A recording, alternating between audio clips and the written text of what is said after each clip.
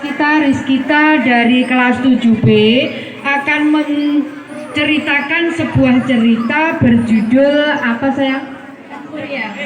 Berjudul Sangkuriang. Mau mendengarkan cerita Sangkuriang anak-anak? Oke. Nanti bergantian kalian bercerita masing-masing perwakilan dari kelas. Ya. Setelah ini ya nanti juara 1, 2, 3 tampil, berarti nanti mulai dari kelas 9A, B, C, 8A, B, C, D dan kelas 7 A, B, C, D kembali. Oke.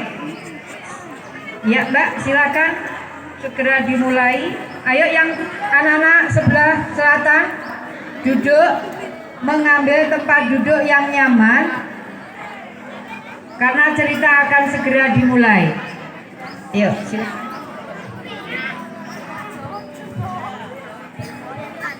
Assalamualaikum warahmatullahi wabarakatuh.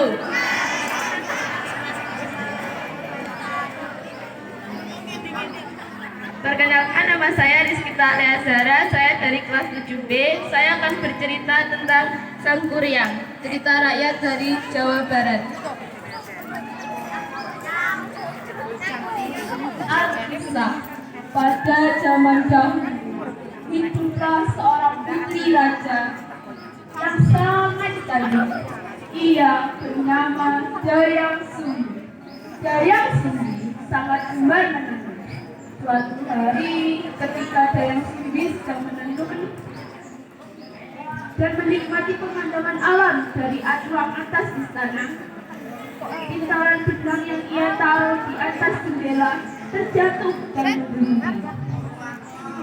Dan ia berkata, "Aduh, benangku terjatuh. Siapapun yang mengambilnya, jika dia perempuan akan kujadikan saudaraku, dan jika dia laki-laki akan kujadikan suamiku." Tidak lama kemudian, datanglah seekor anjing yang bernama Tumak. Ia mengambil benang itu dan mengasihkannya kepada Dayang Sumbi. Dayang Sumbi pun teringat oleh kata-katanya. Jika dia tidak menepatinya, para dewa akan marah dan menghukumnya. Oleh karena itu, Dayang Sumbi pun menikah dengan si Tumak. Tumak adalah seorang dewa yang dikutuk menjadi anjing dan dibuang ke bumi. Hari-hari pun terus berganti. Dayang Sumbi pun mengandung anak dari si Tumak. Setelah berapa bulan, Dayang Sumbi pun melahirkan anak laki-laki yang diberi nama Sangkuriang. Sangkuriang kecil sangat gemar berburu. Ketika berburu, ia selalu ditemani Tumak yang tidak salah lagi adalah ayahnya. Meskipun demikian, Sangkuriang tidak mengetahui bahwa Tumak adalah ayahnya. Suatu hari, Sangkuriang disuruh berburu hati rusa dan ia pergi ke hutan.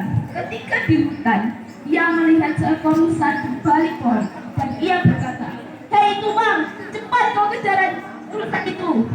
Namun Tumak yang tidak bersemangat dalam berburu, ia hanya diam dan duduk di samping Sangkuriang. Sangkuriang yang kala itu kesal dan marah, ia mengambil anak panah dan memanah Tumak. Tumak pun tiada. Dan benar saja, Sangkuriang mengambil hati Tumak tersebut. Ia pun pulang. Ia berpikir ibunya tidak mengetahui bahwa hati itu adalah hati Tumak. Setelah sampai di rumah, ibunya berkata, "Nak, mana hati rusanya?" Sangkuriang mengasih hati Tumak tersebut. Ibu Sangkuriang sangat kebingungan karena itu bukan hati rusa. Lalu ia berkata, "Nak, kau berbohong ya? Ini bukan hati rusa. Lalu di mana Tumak? Tumak kemana?" Sangkuriang hanya terdiam. Dan ibunya mengulangi lagi, "Jawab jujur, Nak, kemana Tumak?" dan ia menceritakan semuanya.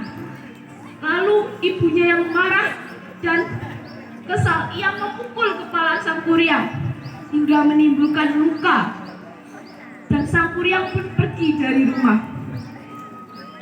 Tahun berganti,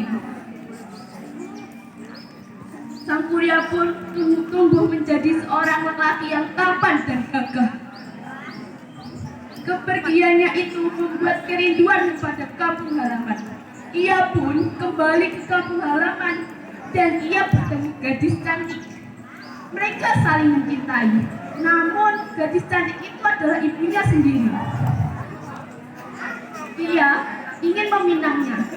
Malam sebelum meminang, Sang Kuryang ingin pergi berburu dan sang istri membantu suaminya mengikatkan ikat kepala di kepalanya. Ketika Dayang Sumbi sedang mengikatkan ikat kepala kepada kepalanya, ia melihat luka di atas kepalanya. Lalu dia teringat bahwa itu adalah anaknya. Dayang Sumbi pun memikirkan berbagai cara untuk menggagalkan pernikahan tersebut.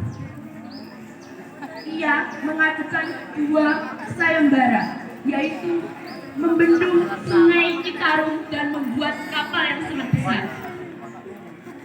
Dalam satu malam, ketika pada menyisir harus sudah selesai dan dilakukannya. Tidak sembarang orang yang bisa melakukannya. Sang Kuryang hampir selesai melakukannya. Namun ketika ia hampir selesai, wajar pusing dan dia dengan kesal karena sudah jadi kapal itu, dia menendang kapal itu hingga terbalik dan jadilah kapal itu kelama-lamaan menjadi gunung, yaitu Gunung Tangkuban. Terima kasih. Sekian cerita dari saya. Wassalamualaikum warahmatullahi wabarakatuh.